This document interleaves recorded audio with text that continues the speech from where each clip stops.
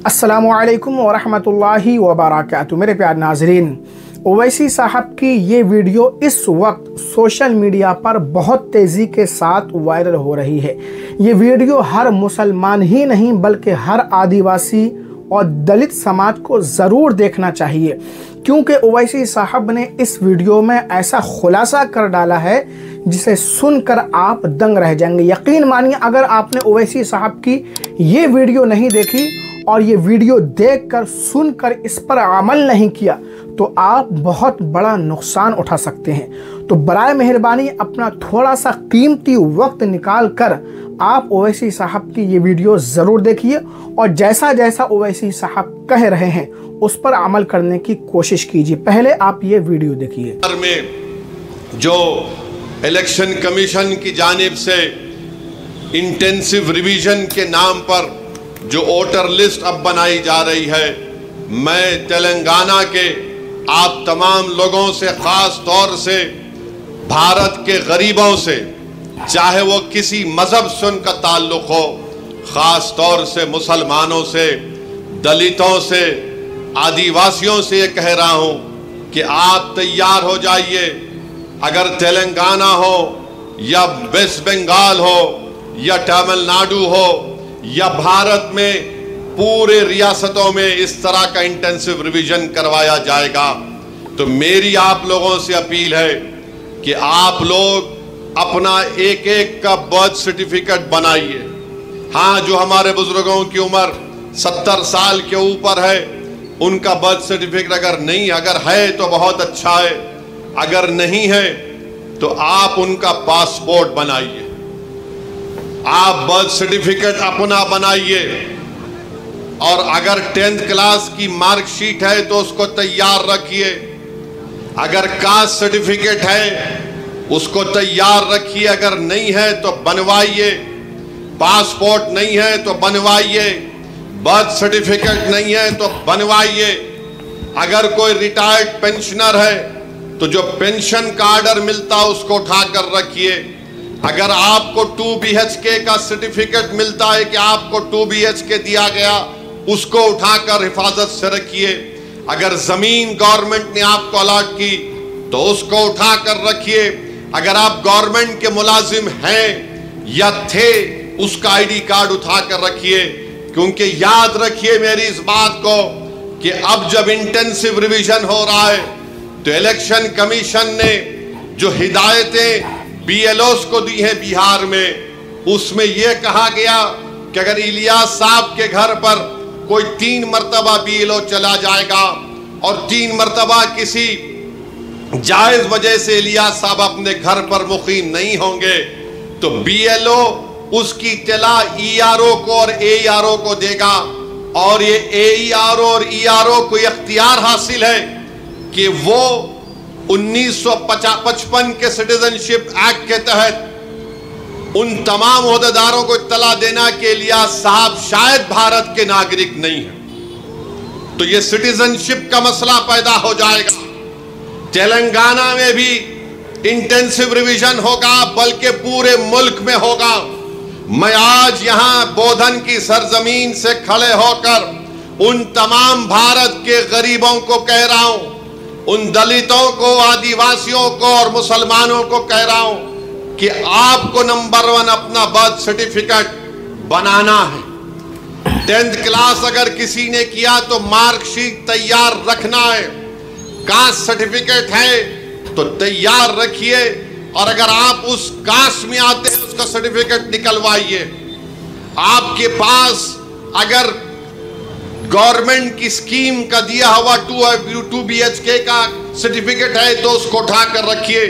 ये इसलिए कह रहा हूं कि 10 डॉक्यूमेंट की बात जो इलेक्शन कमीशन ने बिहार में की वो यही 10 डॉक्यूमेंट हैं। हमने सुप्रीम कोर्ट को अख्तरुल ईमान मंजलिस की तरफ से गए तो सुप्रीम कोर्ट ने अपने इंटरिम ऑर्डर में कहा कि प्राइमा फेसी हम इलेक्शन कमीशन से कहते हैं कि आधार कार्ड को भी, जो इलेक्शन कमीशन का वोट डालने का एपिक कार्ड होता है, राशन कार्ड को भी वो कंसीडर करे।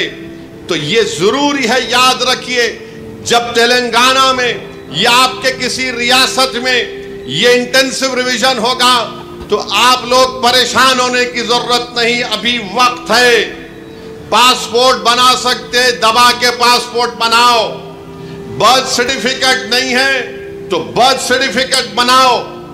कास्ट सर्टिफिकेट है या नहीं है, आप आते हैं उस कास्ट में तो उस कास्ट सर्टिफिकेट को बना के रखो।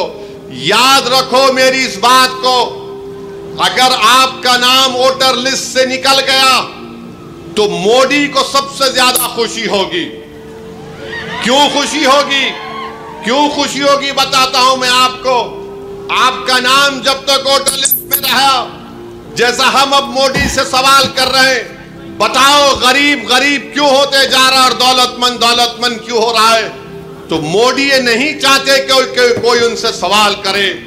अगर नौजवानों तुम्हारा नाम वोटर लिस्ट से निकल गया तो तुमको इख्तियार हासिल नहीं होगा भारत के प्रधानमंत्री से पूछने के लिए कि क्यों बेरोजगारी मेरा मुकद्दर बन गया। और जिस तरीके से बार बार ये कहा जा रहा है कि फुला इलाके में बांग्लादेशी है, फुला इलाके में रोहिंग्या म्यांमार के लोग हैं, फुला इलाकों में नेपाली लोग आके बस गए, ये सब तैयारियां की जा रही हैं। मैं आपको जिम्मेदारी से बाखबर कर रहा हूं। ये जज्बात में लाने के लिए, ये डराने के लिए नहीं कह रहा हूं। ऑन रिकॉर्ड कह दिया गया कि पूरे भारत में इंटेंसिव रिवीजन होगा। और तेलंगाना में जो लास्ट इंटेंसिव रिवीजन हुआ था, मेरे ख्याल से अगर मेरा हाफिजा सही है तो 2007 में या फिर 2002 में हुआ था। मगर ये चीज की तैयारी करके रखिए। मैं भी रशादी साहब से बात कर रहा था कि हमको अनकरीब में तेलंगाना में एक हमारे सदर साहब की मौजूदगी में, उनकी क़यादत में एक मीटिंग करके हम तमाम तंजीमों के जिम्मेदारों को बुलाकर हम उनसे अपील करें, बल्कि हर जुमे के खुतबे से पहले जो लोग मस्जिदों में वाज करते हैं या बयान देते हैं, मेरी आपसे भी अपील है कि आप लोगों को बाखबर करिए। ये साजिशें की जा रही हैं। कल तुम्हारा नाम वोटर लिस्ट से निकल गया तो वोट डालना तो दूर की बात, कोई आकर तुमसे कहेगा कि अपनी शहरियत साबित करो। फॉरेनर्स ट्रिब्यूनल को भिजा दिया जाएगा, उसका भी एक प्रोसीजर है। पहले एसपी बॉर्डर को बोला जाएगा, एसपी बॉर्डर लेटर लिखेगा मिनिस्ट्री होम अफेयर्स को, वहां पर 3 ऑफिसर के दस्तखत के बाद आपका मुकदमा चलेगा। यानी आप अपने रोजगार से महरूम। सबसे ज्यादा बड़ी चीज यह कि आप अपनी इज्जत से महरूम हो जाएंगे। लोग आपको उंगली उठाकर बोलेंगे अरे इसका नाम वोटर लिस्ट से निकल गया, ये भारत का शहरी नहीं है। इसीलिए आप याद रखो, अभी से मैंने जो बात कही उस पर अमल करने की कोशिश करिए। मेरे दुश्मन बहुत हैं, मुझसे इख्तलाफ करने वालों की भी तादाद बहुत ज्यादा है, क्योंकि भारत के अगर कोई लैला है तो उसका नाम असदुद्दीन ओवैसी है।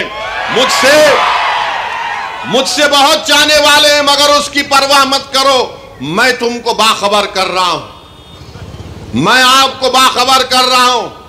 वो तूफान आने से पहले हमको तैयारी कर लेना चाहिए। साजिश करने वाले की साजिश में उसको नाकाम करने के लिए हमको आज से तैयारी करना पड़ेगा। मेरे प्यारे नाजरीन, बिहार में इलेक्शन होने वाले हैं और ये बात साफ तौर पर वाज़ेह कर दी गई है कि इलेक्शन होने से पहले इंटेंसिव रिवीजन होगा। ये क्या होता है? इसका मतलब होता है कि बहुत बारीकी से जांच की जाएगी, गहरी नजर सानी, यानी ये जांच पड़ताल की जाएगी कि आपके डॉक्यूमेंट्स कंप्लीट हैं या नहीं।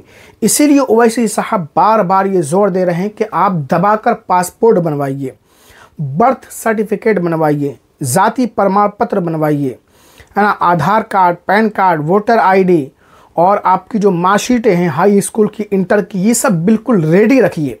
क्योंकि खुदा न खास्ता अगर वोटर आईडी से आपका नाम निकल गया तो फिर बहुत बड़ा मसला खड़ा हो जाएगा। अभी तो बिहार में इलेक्शन होने वाले हैं और उससे पहले इंटेंसिव, है ना, रिवीजन होगा। उसके बाद अलग अलग सूबों में इलेक्शन होंगे, यूपी में भी होगा और भी बहुत सारी जगह में। तो यहाँ पर भी हो सकता है इंटेंसिव रिवीजन करा दिया जाए और जिन मुसलमानों के पास डॉक्यूमेंट्स तैयार नहीं होंगे वो मुश्किल में पड़ सकते हैं।